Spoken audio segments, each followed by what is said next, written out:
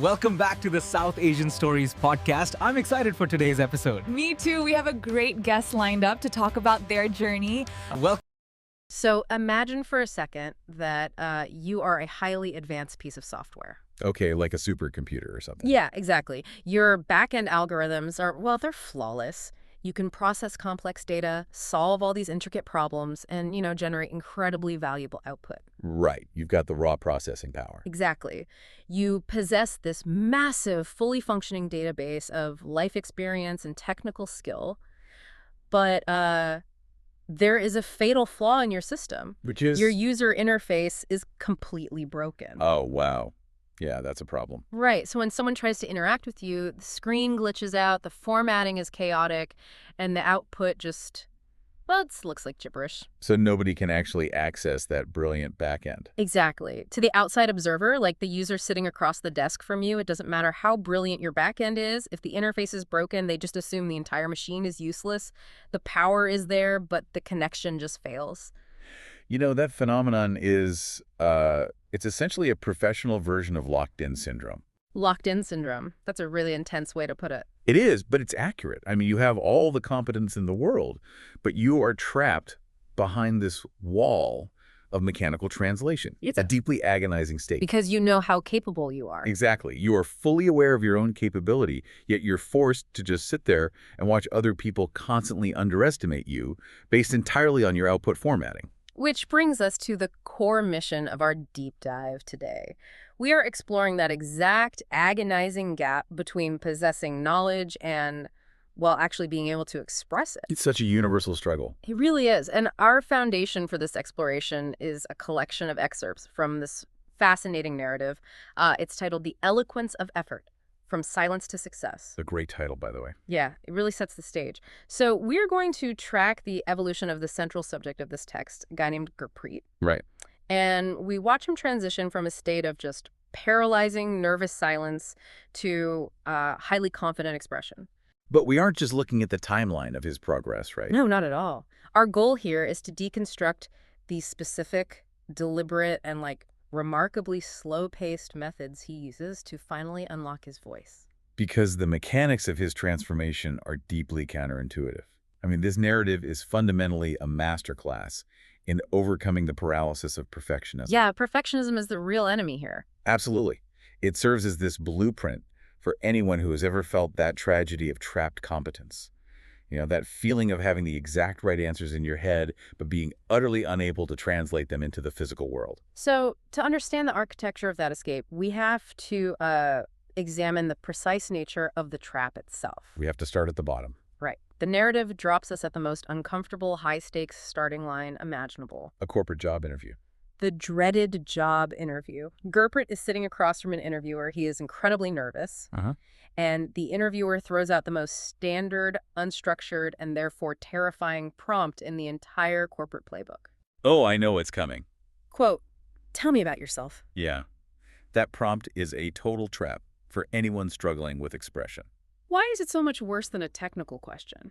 Because it's not a request for facts. It's a request for a narrative. It requires the speaker to instantly organize their history, assess the social dynamics of the room, and then deliver a perfectly formatted pitch. And Gurpreet's internal algorithms just completely crash under that processing load. We actually see his exact fragmented phrasing in the text. It's painful to read, honestly. It is. He says, "Myself, Gurpreet, I from village. I doing hard work. I want job." And the immediate aftermath described in the scene is just brutal. The text literally says silence. Interviewer confused. Yeah, the silence. Right. Accompanying that moment is the addition of, quote, sad background music, which perfectly encapsulates the cruelty of this specific kind of communication barrier. Because his intent is actually pure. Exactly. Yeah. His drive is obvious. The raw data he is trying to convey, that he is a hard worker who wants to contribute, it's entirely valid. But the delivery mechanism is fractured. Okay, but I want to push back on the interviewer's reaction here for a second. Sure. Okay, let's unpack this. Is that confusion really justified? I mean, if a candidate sits across from you and says, "I doing hard work, I want job," the literal meaning is actually entirely clear. The facts are present. Right, the facts are there. So is the interviewer's confusion a failure of Gurpreet's intelligence, Or is the interviewer just exhibiting, like, a rigid sociolinguistic bias? Are they rejecting the candidate just because the candidate isn't mirroring their exact corporate dialect? Okay, well, you're hitting on a massive structural bias in professional environments. Absolutely. Hmm. But it is crucial to separate bias from cognitive friction. Cognitive friction. Yeah. The interviewer expects a specific cadence, right? A specific grammatical structure, and a certain rhythm of confidence. When Gurpreet says, myself Gurpreet, it's a literal translation of an internal thought structure into a foreign syntactic framework. So it's jarring to the ear. Exactly. It creates a cognitive speed bump for the listener.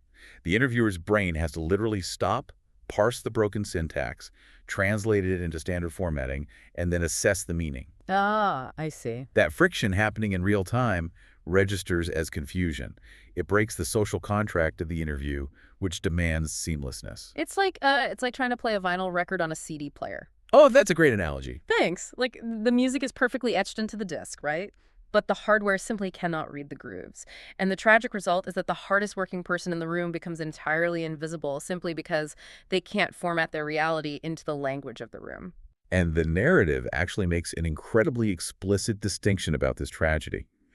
Immediately following that silent rejection, a critical thesis flashes across the screen in the text. What does it say? Quote, "This is why many people fail, not because they are not smart." Not because they are not smart. That distinction is so paramount. I mean, we have this deep-seated, often unconscious societal assumption that fluency equals intellect. We do. We absolutely do. If someone speaks slowly or, with broken grammar, we implicitly assume their internal thoughts are equally fragmented, but this narrative completely severs that assumed link. It has to sever that link.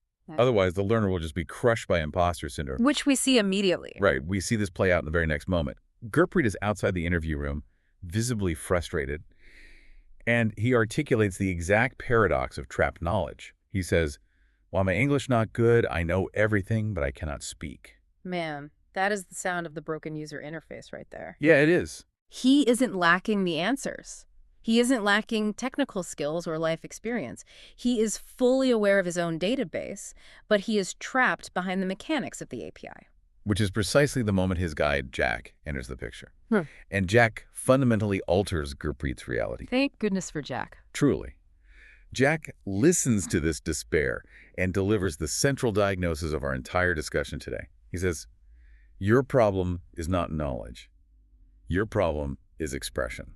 It's honestly difficult to overstate how psychologically freeing that specific phrasing is. I mean, imagine walking out of a failed interview, questioning your fundamental worth, assuming you are just, I don't know, not smart enough to succeed in this world. Yeah. And then someone steps in and isolates the failure completely away from your core identity. They take the blame off your intellect and place it entirely on a mechanical tool you just happen to be using poorly. It shifts the entire paradigm from a moral failing to an engineering problem.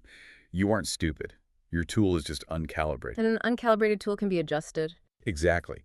But the process of adjusting that tool, what the narrative calls the